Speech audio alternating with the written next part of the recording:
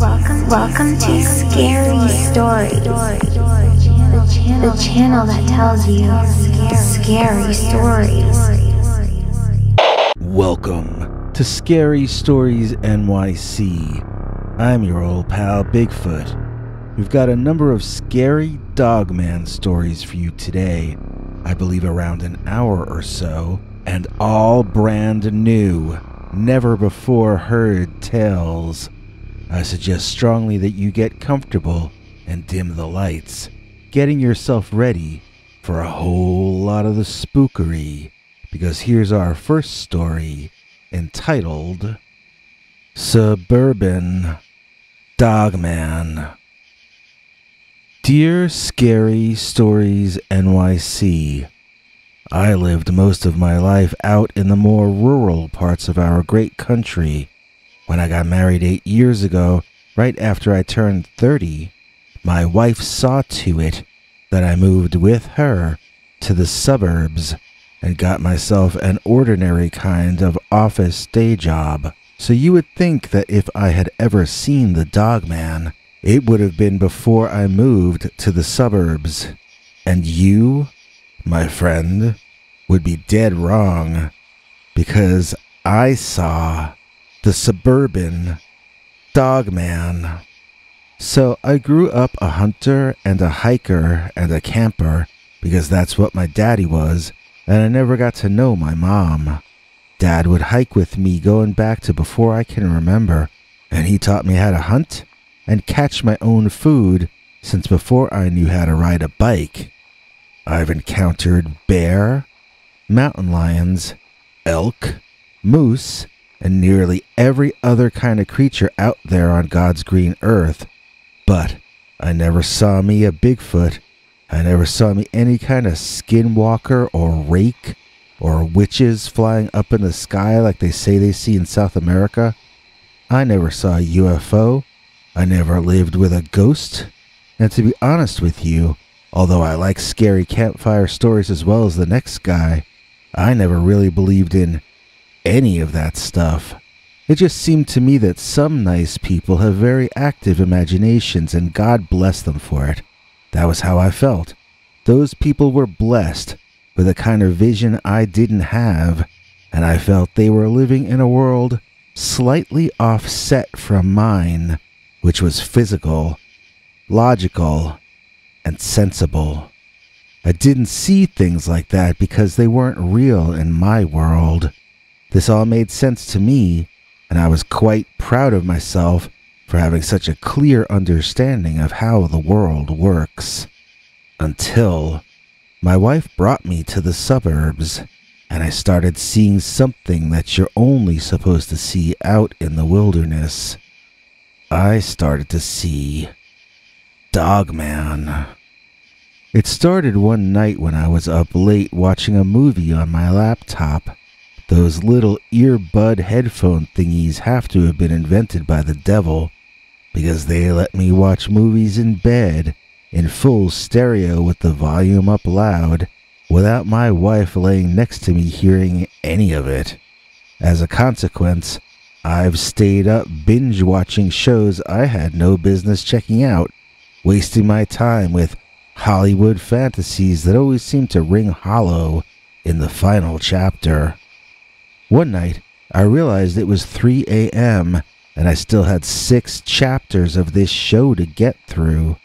Disgusted with myself, I got up to stretch and try to get myself sleepy. I knew I was going to pay for this all the next day, so I went downstairs to keep it quiet upstairs for my wife's sake, and I found I had become really stiff with the way I was sitting up in bed. Stretching wasn't enough, so I climbed on my wife's exercise bike to work off my stress and to try to tire myself out enough to get at least a few hours of sleep before the morning.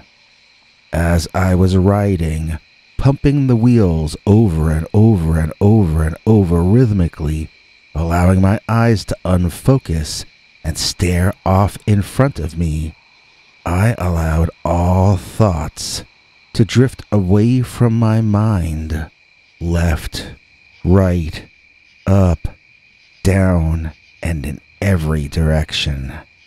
It felt good to allow my mind a brief vacation. Sometimes minds need to reboot just like computers, I think. As my mind essentially came back online, my eyes focused out past our window to the shadows in the rear of our backyard. The way the shadows fell, it looked incredibly like a werewolf from a movie. Like a werewolf from the 1980s or 90s, probably. It had an evil expression on its face, and it had its shoulders up as it hunched over a bit.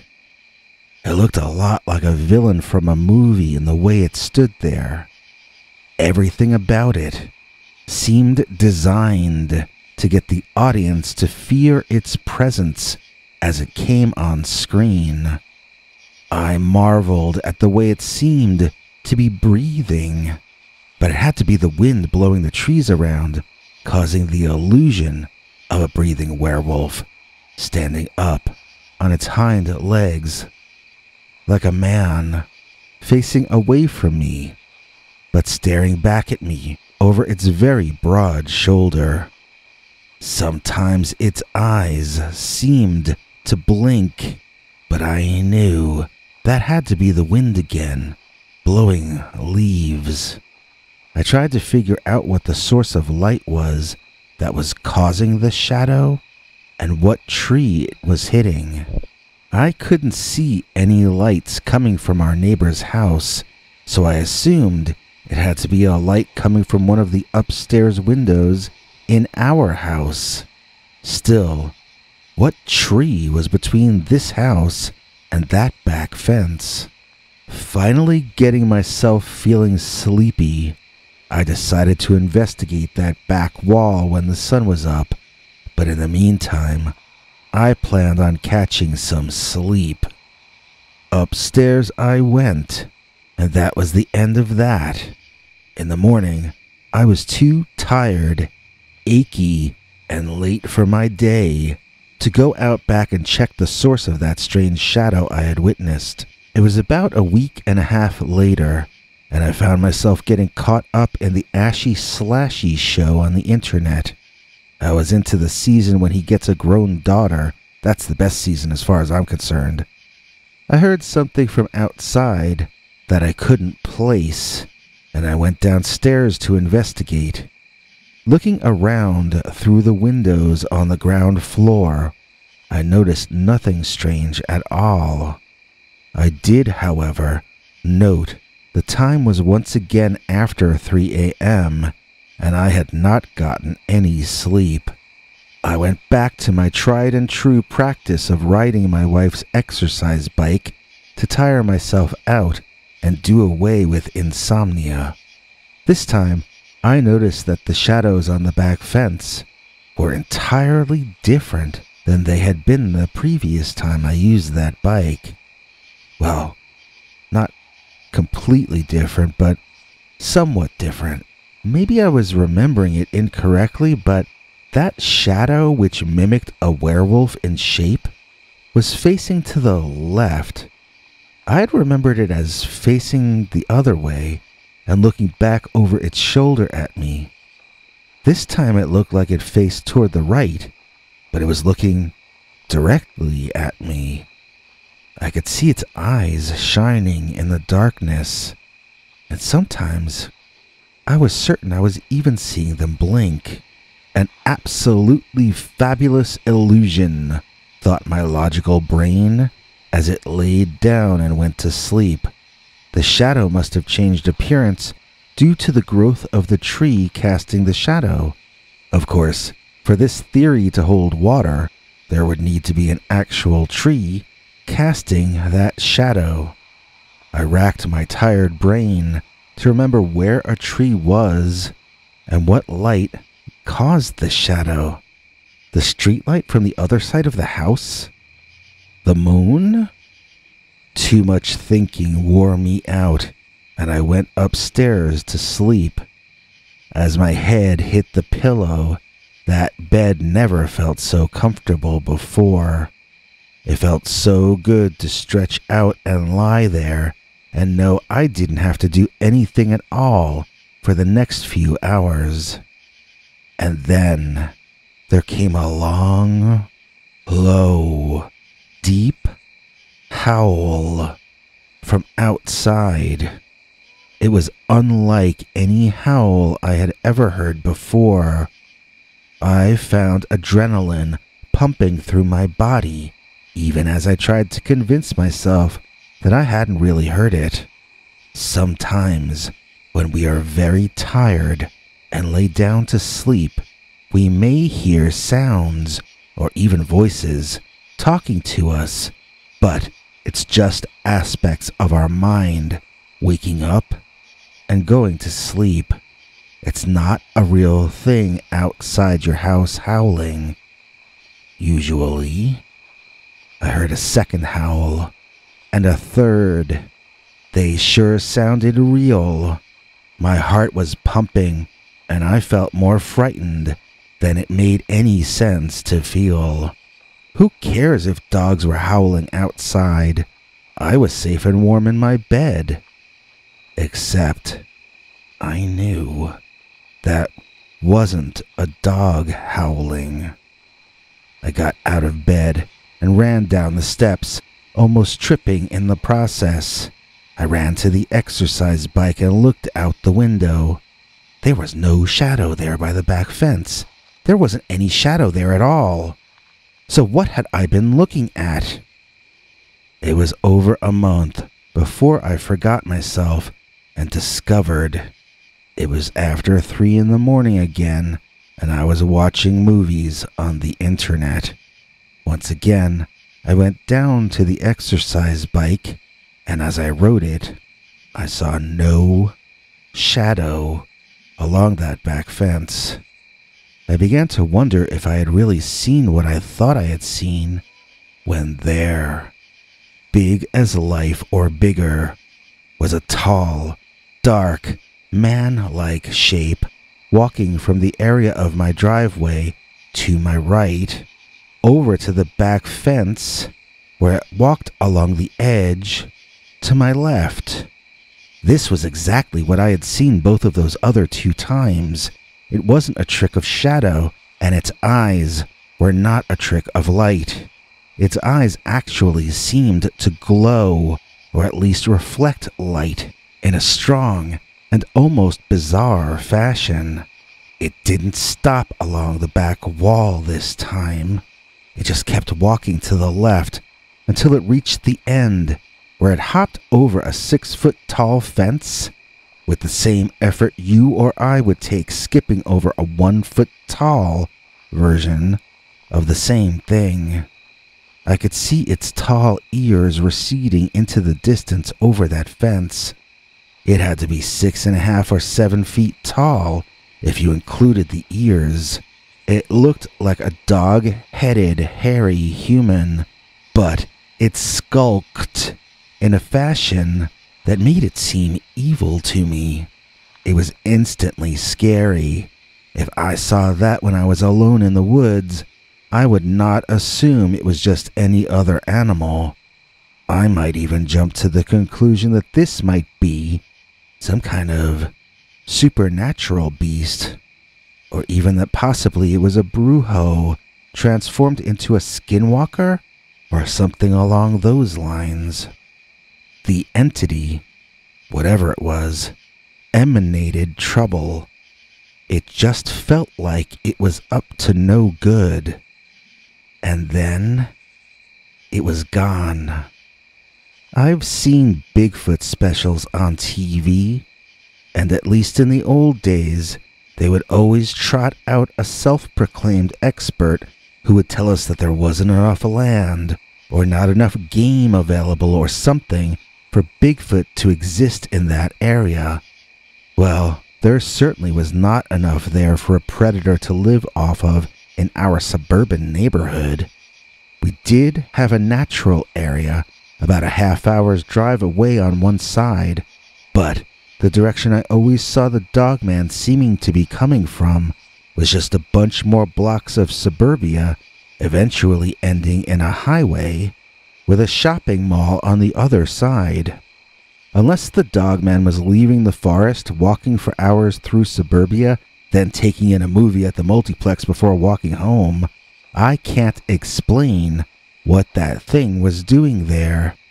I can't really understand where it was coming from or where it was going. This is assuming it was a natural animal. If it was a shapeshifter, lycanthrope, or shamanic brujo sorcerer, then all bets are completely off. You can see that thinking about all this logically wasn't gonna lead to any answers.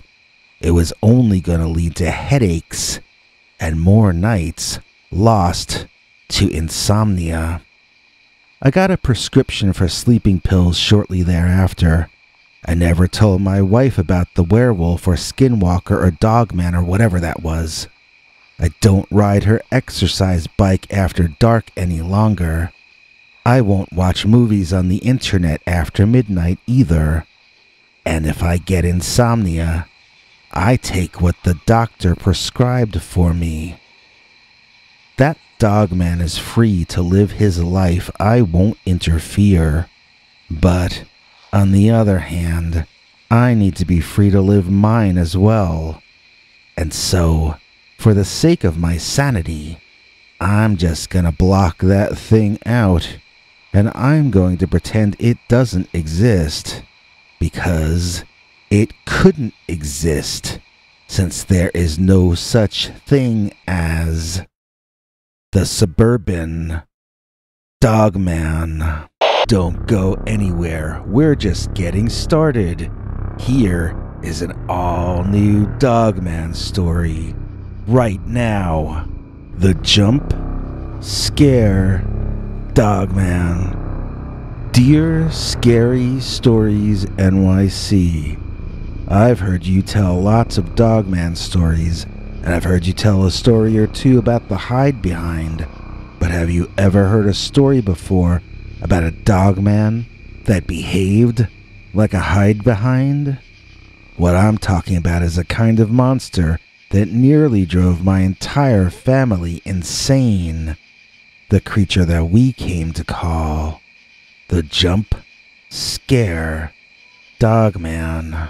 My family lived in an apartment in the city, and we were pretty happy, I think. My mother didn't work, and she took care of me and my older brother, we can call Jerky, which was not his real name, but was his favorite kind of snack item. My father got a promotion, and the thing he wanted to spend his raise on was a second home for us. Did we want to get a beach house for the summer, or a cabin in the woods for the winter? Jerky and I voted for the cabin in the woods because he and I felt it could just as easily be a good retreat for the summer months as the winter, whereas the beach home would be useless in bad weather. Dad outdid himself, finding a cabin that was both remote and had both indoor plumbing and electricity. We could really get away from everything yet still have most of the comforts of home. The first time we went out there was just before Halloween, and my father rented a 16mm print of a scary old horror movie from a friend of his. He brought out his projector from home, and we made a lot of popcorn, the old-fashioned way on the stove top, and we set up the projector speaker in front under the movie screen, getting ready to enjoy the old film in glorious monophonic sound. We were all very excited to begin, and Dad wanted to give a little speech first. He stood by one of the windows looking outside, and as all eyes focused on him, he started rambling about how we had his boss to thank for our new home, away from home, and oh, what a great boss, and this sort of thing. And as Dad seemed to be finally wrapping it up and bringing it on home, a horrible face jumped up from under the window outside and stared in at all of us, bearing the most immense and nasty-looking fangs I had ever personally seen in my entire life. We all screamed, and my father jumped. He looked behind him, saw the monster face, and he screamed too. A second later, that face was gone, and we all started talking about what exactly we had seen. The general consensus was that it was a monster, but my brother and my mom said it was Bigfoot, while my father and I said it looked like it had more of a dog-shaped head than Bigfoot was supposed to have. My brother said, well, it was a long-snouted Bigfoot, and my mother seemed happy with that description as well. By the morning, she had forced Dad to agree with her, leaving me as the only one saying it had a dog head. Dog-headed monsters were not in fashion in the 1970s, you see. It wasn't like now. If you saw a monster then, you must have seen Bigfoot. Unless it was an alien or the Loch Ness Monster, then it was Bigfoot. We had seen something scary and furry on dry land, so by 1970s definition, we had seen Bigfoot, period. A day or two later, I was playing three-way catch with my father and brother. We would each take turns trying to throw the ball up as high into the trees as we could manage. Then we'd all run around trying to catch the ball as it ricocheted off the branches. I think we called it Astrodome Catch, which made sense back then as a kind of a joke. So, one time, I missed catching the ball, and it rolled under a bush. I ran over to that bush, and as I leaned down to pick up the ball, that same monster we had seen outside the window rose up from behind the bush. It seemed to have been there the entire time, waiting for one of us to come over so it could stand up and growl at us. I was inches from the face of the thing, and I smelled its breath, which was poisonous to say the least. It was a dog, but not a normal kind of dog, and it held its clawed hands up when it jumped up, just like a monster would in a dark ride. I mean, it held its hands up to look scary, but not necessarily to attack. It seemed to want to frighten me up close, and I don't really know why that would be a priority of a wild animal.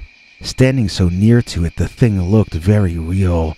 In fact, the closer you got, the more you could see this was not a mask, because it had blemishes, chapped lips, small minor wounds that nobody, no matter how fine a craftsman, would think to include in a mask. The fur was messy and tangled in a way that meant it lived in the wild, not in a way that indicated it had been stored in a costume box. This was a monster of some sort or another, but it was not a human pretending to be one. My brother and my father both screamed and ran toward the monster like they were Vikings or angry cavemen. The creature disappeared by ducking back down behind the bush. When they caught up with me and searched, though, there was no sign of the animal, and no sign that it had ever been there. The ground was too hard for any footprints to have been left, and only one thing had changed. Now both my father and brother insisted that this was indeed a dog-headed werewolf, and not a Bigfoot, as they had both originally thought. My mother drove up. She had gone into a nearby town to get some supplies. I ran to her and cried, telling her how the thing had jumped up to scare me, that it was mean and a bad guy. This display unnerved her, and over dinner, she asked me and my brother directly if we felt unsafe and if we wanted to go home. Well, we didn't feel safe, but we didn't want to go home. I mean, my generation isn't frail. We didn't get rewarded just for participating. We only got rewarded when we succeeded. We were not quitters. And besides, how was the jump-scare Dogman actually any more dangerous than a bear, or a Bigfoot, or snakes, or whatever else might be out in that forest? We could use any one of them as an excuse to run and hide if we were fragile and weak.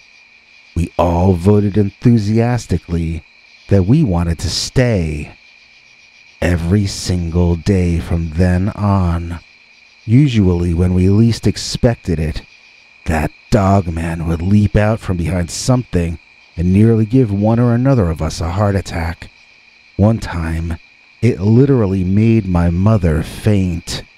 We found her face down on the dirt next to the car, and when we revived her, she told us that the Dogman had leaped up from where it was hiding on the other side of the vehicle. This was not animal behavior. This was prankster behavior. Why would an animal scare a woman into fainting, then just go away? Why develop this strategy to subdue prey, then ignore the spoils of your efforts? My father began to be certain it must be someone in an elaborate costume, even though his own eyes must have shown him that this was a real creature and not a costume. He couldn't understand the motivation to scare us over and over this way unless it was a prankster. No animal would do this. We were cleaning up after dinner in the cabin when my father brought the garbage out to the side of the house to dump it in the bin. When we heard him scream, we all ran out, knowing that the jump-scare Dogman must have gotten him again. Sure enough, my father was on his butt in the snow, covered in garbage which was every place.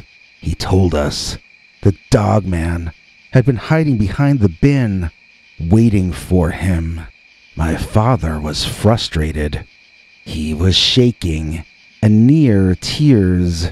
I had never seen him like that before, and I don't just mean covered in garbage. So, we stuck it out there. But after that, we were all afraid to go outside at all. When we did, we went out in pairs, and we proceeded slowly. We cautiously looked behind everything we passed, flinching, getting ready for something to leap out at us. When we did everything slowly that way, it seemed the Dogman was not there. He would only be there when we let our guard down, so we never let our guard down. We were all very highly strung when it came time to go back home, and I have to say, it was a huge relief to get out of there. The next year, my brother refused to return to the cabin, and that made my mother chicken out as well. We all wanted to change our vote for the beach house, but obviously it wasn't as simple as all that. First, my father was going to have to find a buyer for the haunted Dogman house. Maybe its reputation preceded it, I don't know, but it took my father 4 years to sell that place, and by then I was away at college, and my brother had moved out to a different state. The rest of the vacations we had spent with our parents were spent at home, working day jobs for spending money.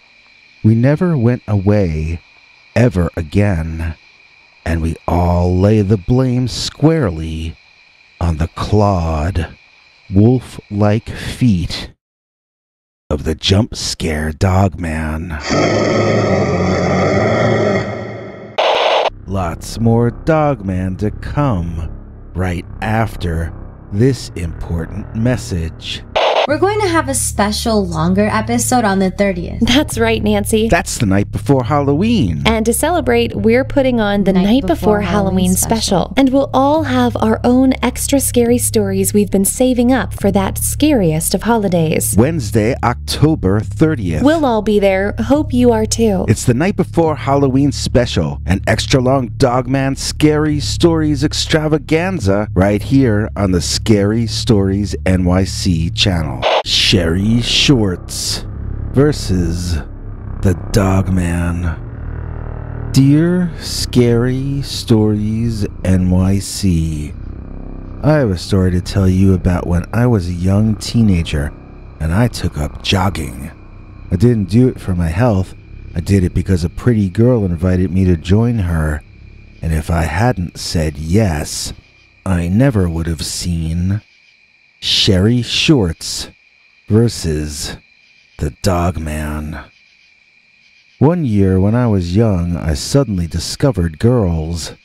The elderly couple who had been living next door moved down to Florida, and in moved a family with 4 daughters, each a bit older than I was, spaced about a year or 2 apart each. Suddenly, all of my friends wanted to meet at my house, as there was a debate going on about which of the 4 was the most attractive, and the only way to make a fair decision on the matter would be to get to see all 4 of them a lot more often. They really were beautiful in very different ways, and yet bore that family resemblance at the same time. All other girls in the area were forgotten by the boys, and some of them were openly quite jealous of this entire family. During Christmas vacation that year, it was as though half the boys in my grade were living at my house. We had to set up a system where you took a number to book an appointment with the bathroom, and nobody was allowed more than 10 minutes in there, not even my mom or older sister.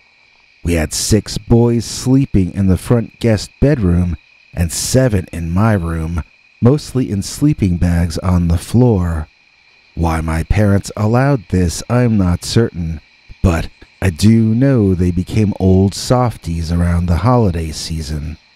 One morning, this kid Chet discovered something that he shared with the rest of us. Between 10:20 and 10:40 a.m. each morning, our mailman would deliver the mail to our next-door neighbors. The mailbox was out by the sidewalk, while the house was set back a ways. There was a concrete and stone pathway leading from the mailbox to the house, which the family kept very warm inside. They were from down south and had never experienced a real winter before, so they turned their heat up to keep it around 82 degrees Fahrenheit, which is around 27 or 28 degrees Celsius. They probably hadn't experienced a northern heating bill yet either. They would walk around dressed for summer, even though there was snow on the ground outside. And the big discovery that Chet made, the one for which he will be remembered eternally by all of us, was that each day, around 10:50 or 11 a.m., the eldest daughter, Sherry, would walk out of the house to get the mail from the mailbox. If she hadn't gotten dressed yet for the day, she might still be in her short satin PJs, but if she had waken up, then she'd have her short shorts and halter top on. Either way, she'd stroll out barefoot to the mailbox, either checking out the clouds and the day on the way out, or else yawning and stretching. By the time she'd gotten to the mailbox and was reaching in to get the mail, however, she would have started noticing that it was really cold out. This would cause a dance, as her feet were bare and she was walking on snow. She'd hop from one foot to the other until she had all the mail. Then she would do a tiptoe hopping run back inside as fast as she could. 2 of my friends immediately began petitioning my mother to please adopt them. Boys going through puberty are somewhat pathetic, but this is what nature decided for us, not something we decided for nature. One evening, we were outside playing catch and we saw Sherry Shorts, as we had been calling her, running home, wearing gym shorts and a sweaty old t-shirt. Chet got up the nerve to ask her what she was running from. She laughed at him and explained jogging to all of us. This was the 1970s and none of us had seen jogging yet in our working class neighborhood. One of the boys claimed he had seen it on TV, but Sherry Shorts was the first jogger we ever met in person. She invited us to join her, and nearly everyone agreed first, then asked her what was involved second. And so, starting the next morning, we began meeting Sherry at 6:30 a.m. and 6:30 p.m., and she would take us on a run. She would go a different route each day at first because She said she was still learning the neighborhood. She didn't just mean learning which streets were uphill or downhill, but also which streets were dangerous and in what ways. Even though none of us were over 14 when we started running with her, she told us she felt safer with us there than when she was alone. Which is not to say that guys didn't try to hit on her and that they didn't sometimes become a bit aggressive, even in front of everybody. But as the weeks progressed, and only the people who had come to love jogging remained, we also grew more protective of Sherry and worked more as a team to avoid danger and experience less drama. That is, until the day when we ran into that big, old monster thing in the woods at the edge of town. This was months later, not quite a year after we first met Sherry. It was autumn, I remember. Halloween decorations were out in front of people's houses as we were running past them. Sherry had decided we would take a run past the natural area near us on that day. It was beautiful to look at from the outside, and the air around a large group of trees is great to breathe no matter where you are. But this so-called natural area was not safe to run through. People dumped garbage in there. Addicts were rumored to live in there, and other desperate kinds of people as well. I'd seen rats run out of there into the street. It was not a place you would want to go inside of. But for our neighborhood, it was a relatively nice area to run past. We had never been bothered there yet, plus, if we went that way, then most of the run back would be downhill. We always seemed to be in better moods after the runs that went over by those woods there. This particular day was overcast, and it looked like it was going to rain at any moment. Winds had been gusting randomly, and it was beginning to feel very Halloween-y, but not necessarily in a good way. This was the type of day you wished you could be in a haunted house, drinking hot cocoa, staring out the window at the clouds and the oncoming rain. This was not the type of day you really wanted to be racing past rats and creeps. So I think Sherry was hoping, like the rest of us, that this particular run might be a little shorter than some of our others. Well, that wasn't what was going to happen. I saw a wolf head, a giant-sized whitish gray wolf head, poking out from between the leaves of two trees forward and to our right. It sent an alarm through my chest, and I knew something was wrong. I couldn't understand what the dog's head was doing way up there. Then it walked out onto the road, where we could see the front half of it, and we all stopped running and gasped. Sherry screamed, and so did one or two of the boys. This was a wolf, or wolf-like dog, but it was the size of a horse. I guess it was 8 or 9 feet at the shoulder. I'm talking about an animal walking on 4 legs. The dog reacted negatively to the screaming, seeming to take it as a threat of some kind.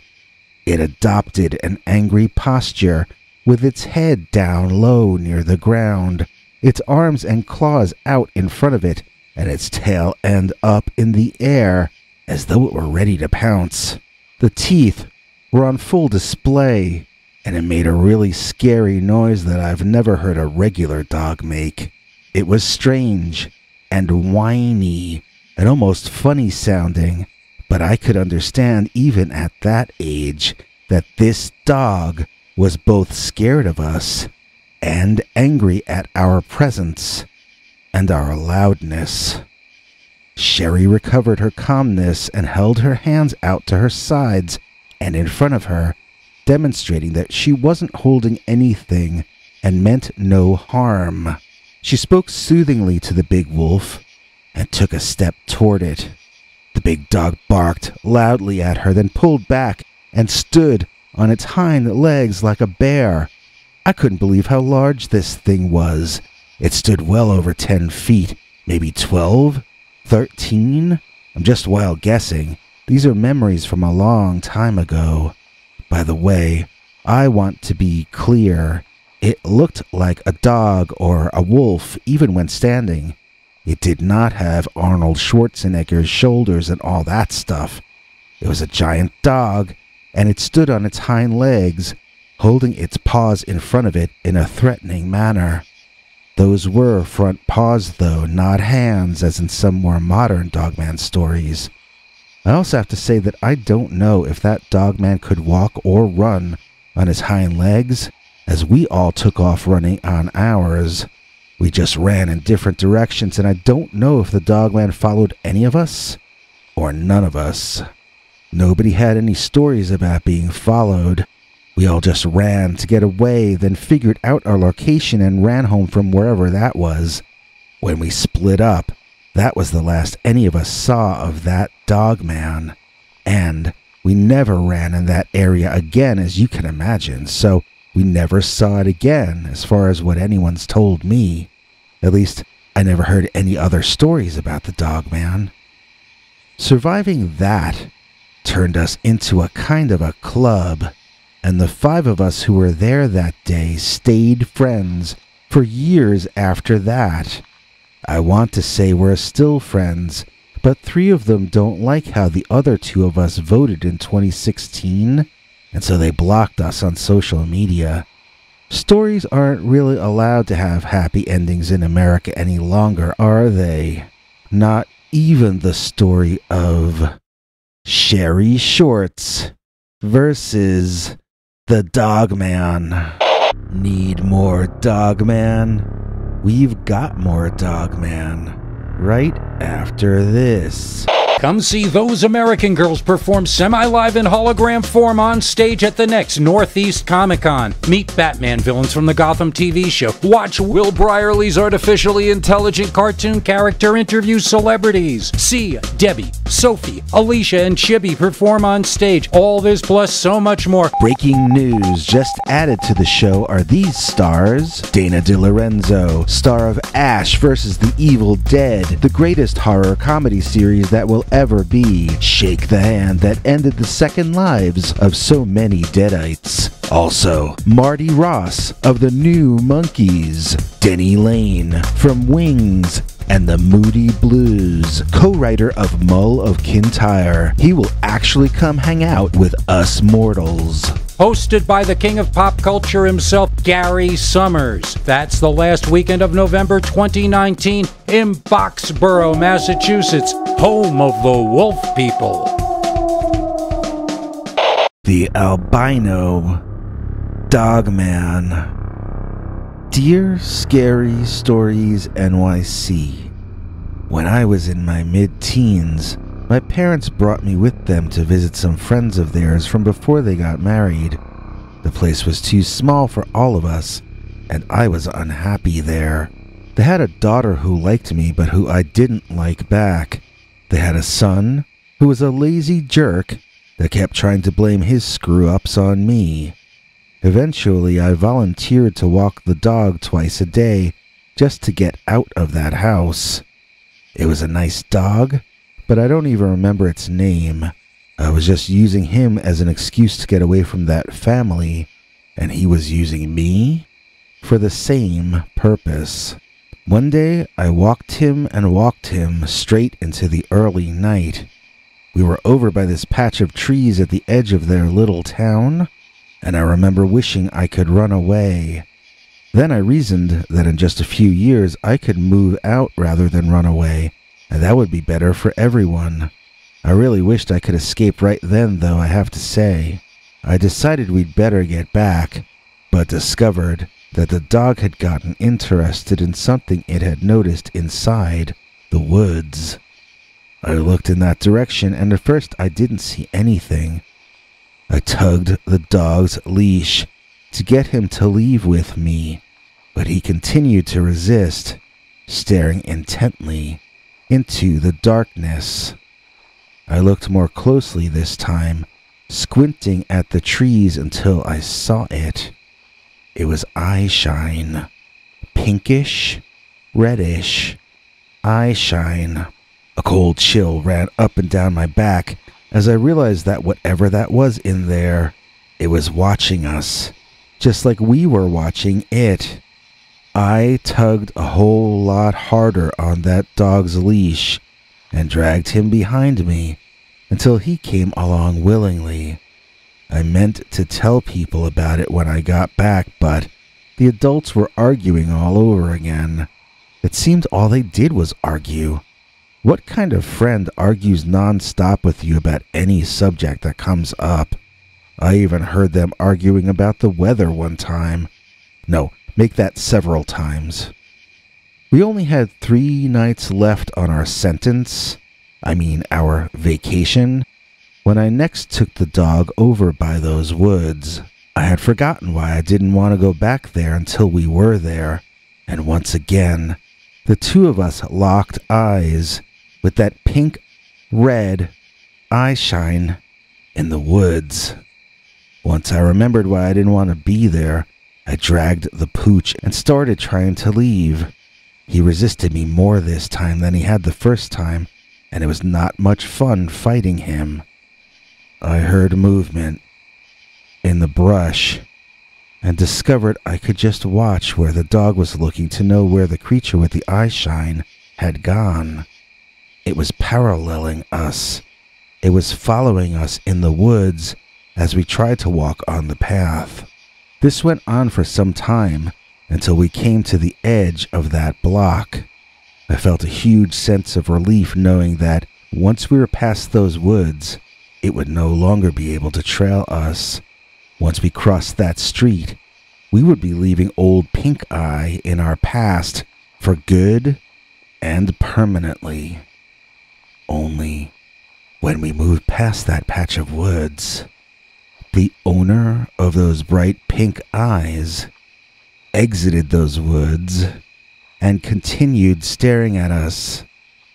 Now we could see it in its entirety. Now we could see that the pink eyes belonged in the very white head of a large, upright, bipedal, albino creature covered in fur. It had to be a mammal or a marsupial because it was covered in that hair. It seemed to be a dog, as its head was a pink-eyed albino dog-looking head. The thing is, dogs don't walk on their back legs, and this did, so I don't actually know what species I was witnessing. The dog that hadn't wanted to leave now put its tail between its legs and whined, crying and squealing. Now it pulled me in the direction of home instead of the other way around, and the more frightened it acted, the more agitated it seemed to make the large, upright snow beast of a dog standing in front of us. The large, white, upright canine growled at the dog I was walking. It leaned down, baring its teeth at that poor thing. It started barking, and I took that as permission to leave, which we did. By the time I got back to the house, I didn't even care who was arguing about what any longer. I let the dog go, and he ran all the way inside to some hiding spot he felt safe in. I wished I could do the same, because I was shaking all over as though I were freezing. Nobody noticed my distress, and I was grateful for that. I forced the son that lived there to resume his dog-walking duties after that, and I served out the rest of my sentence inside, enduring one boring old story after another. After all, boring stories may be boring, but boring stories can also seem very calming after you've just been chased home by the albino Dogman. Hold your horses, we aren't done yet. Here's another Dogman story, whether you're ready or not. I saw Dogman swimming underwater. Dear Scary Stories NYC, where I grew up in the country in Pennsylvania, Our property was defined on one side by a slow-moving tiny river or maybe a large stream.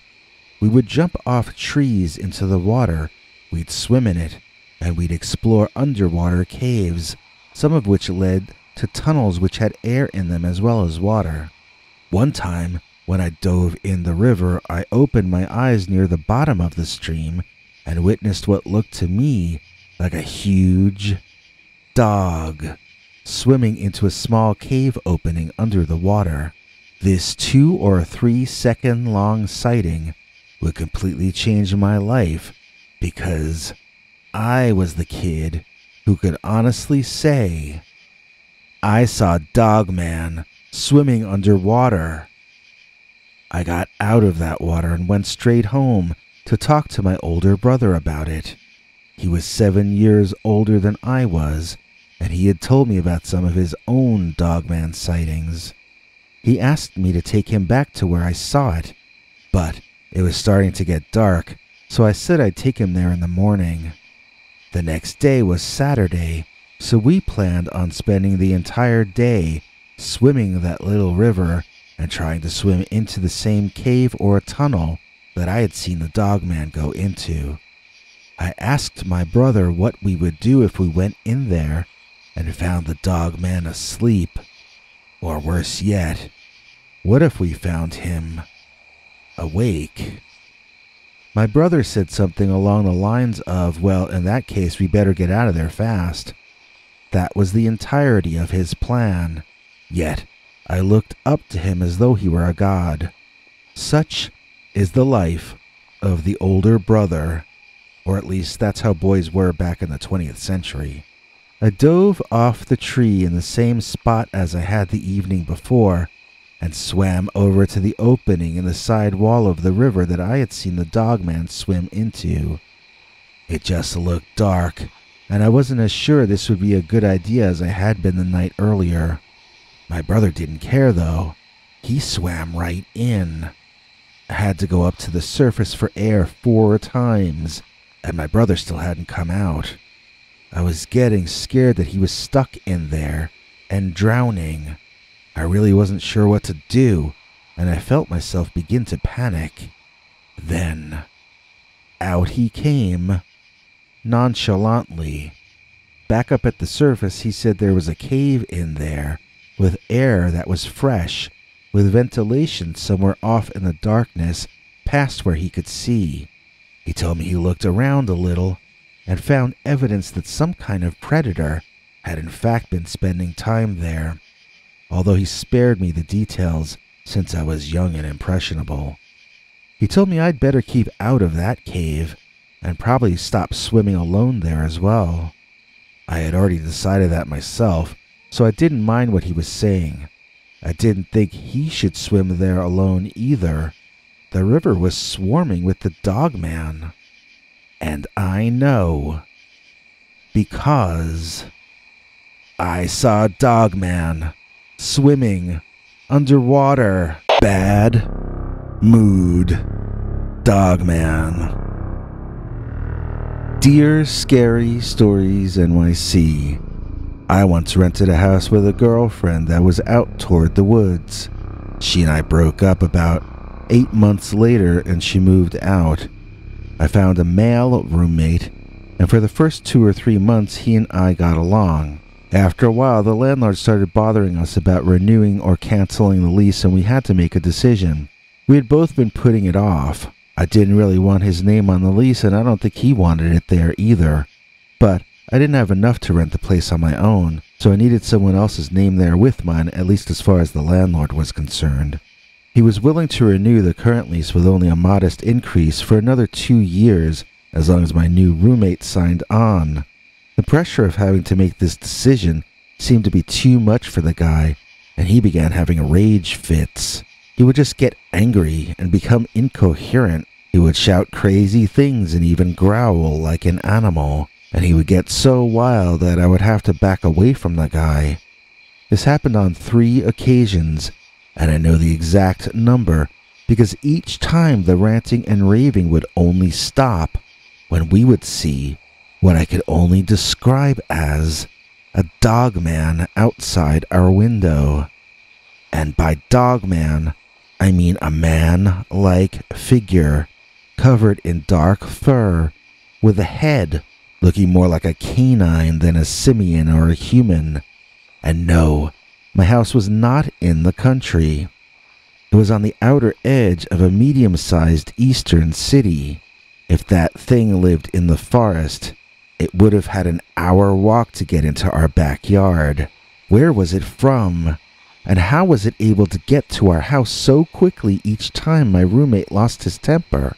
Nothing about the creature or its appearances really made any sense whatsoever. The first 2 times it was standing off in the yard, partially hidden by the trees. He would stop screaming to stare at it with me. It kind of took the wind out of his sails. The 3rd time he threw a fit, that dogman's face was right directly in the window. I mean, it was up against that glass so close that you could see the steam from its nose fogging up the glass out there. This thing had bloodshot red eyes. They were bright red, but I don't mean they were glowing. It had ears that came up to points on top of either side of its furry head. Its snout was like a dog, but adapted to a human face. I mean, it wasn't long-snouted like Anubis, but it had a longer snout than a human or an ape would have, and the nose looked like a dog nose. Its mouth was full of dagger-like fangs, and even on the other side of the glass, you could tell that thing smelled terrible. The guy ran to his room crying, and I turned on the outside lights, which seemed to scare the animal or whatever it was off. I had had enough. Things needed to change. I met with the landlord privately, asking if he had a smaller place that I could rent by myself. He helped me find an apartment in town, which I was surprised I adapted to quickly. I had grown up in a house, and I thought I would find an apartment constricting, but the truth is, without that angry guy ruining the mood, a small apartment felt more spacious than a mansion might have. A lot of life is whether you allow yourself to enjoy it, or in some cases, whether the people around you allow you to enjoy it.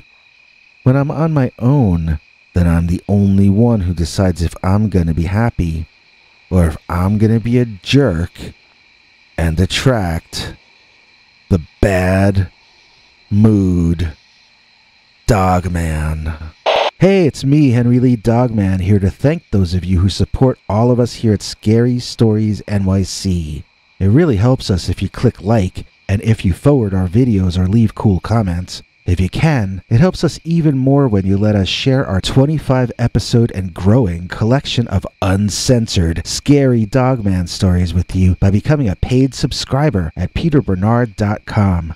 That's right. Join our monthly club and get 25 stories right off the bat, each of them wilder than what we're allowed to tell you on this channel. Then, each Sunday, get another new scary story, usually a Dogman story, but always uncensored and secret, available nowhere else on the planet. Please consider joining us today at peterbernard.com and keep the scary stories coming. Thanks, everyone. I'd like to take a moment to say that if you have a scary story you'd like to tell us here, you can write Peter at peterbernard.com, or you can call our new Scary Stories hotline number and leave it to us in the form of a voicemail message. It's easy to remember. 804-LESCARY. That's 804-LESCARY, or 804-537-2279. I felt sorry for myself because I had no doorman. But then I met a man who had no scary stories, psychic Bigfoot versus savage Bigfoot paraphernalia. Did you know you could be wearing a psychic Bigfoot versus savage Bigfoot t-shirt right now? They come in white, black colors, long sleeve, short sleeve, little baby red sleeve, wife beater size, pregnant wife size. Plus, you can own a scary stories, psychic Bigfoot versus savage Bigfoot hat, hoodie, journal, postcards, wall decals. All this can be yours right now by going to cafepress.com/scarystoriesnyc. Link is in the description.